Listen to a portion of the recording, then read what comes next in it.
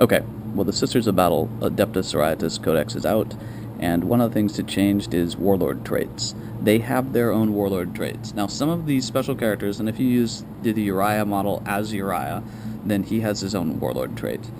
But if you don't, let's say you take a Canoness, for example, then you can roll on the Warlord table. And by the way, a Canoness is the only option that you would roll on the Warlord table, because the other two named characters, you don't. So what happens on this table? You have 6 options. The first one is, it gives you fear to the Warlord. Fear is okay, but it's very situational. It only applies to a small fraction of the armies in the game, so not sure it's useful. Particularly since St. Celestine doesn't have it, and she's the most likely to end up in an assault. You could take Indomitable Belief. That's a great one. It's one of the few that's really useful no matter what. It gives the Warlord's unit a 5+ invulnerable save instead of a 6+ for Shield of Faith. You could get Pure Will, which lets you re-roll deny the witch rolls. You know, if you're going up against Eldar or Tyranids or Grey Knights, or someone that's got a lot of psychic powers, it's useful, but I'd say this is another one that's very situational. You could take Righteous Rage, which gives the Warlord Rage. Okay, that's great if you have an Assault Warlord. And the Canoness is okay in the Assault, but once again, it's kind of weak, and your Assault characters don't have it.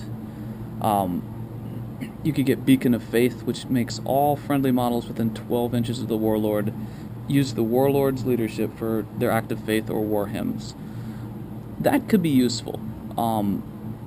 If you're planning on using a lot of active faiths and you're going to have your units close to the Warlord, then it's good there. But otherwise, once again, it's very situational. And finally, you could be an aspiring orator, and then you make everyone stubborn.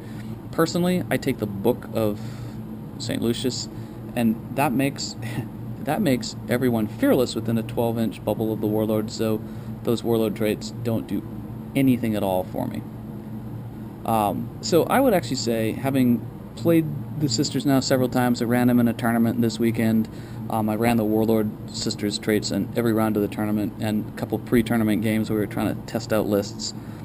I would almost never take the Sisters Warlord traits because so many of them are so limited in terms of their viability that I would take traits out of the core rulebook first. And the write-up says you can do that. It says you can either roll on the rulebook table or on the table below. So unless I knew I was going up against a lot of Psychers and really was hoping for one of the anti-Psycher powers, I wouldn't do it.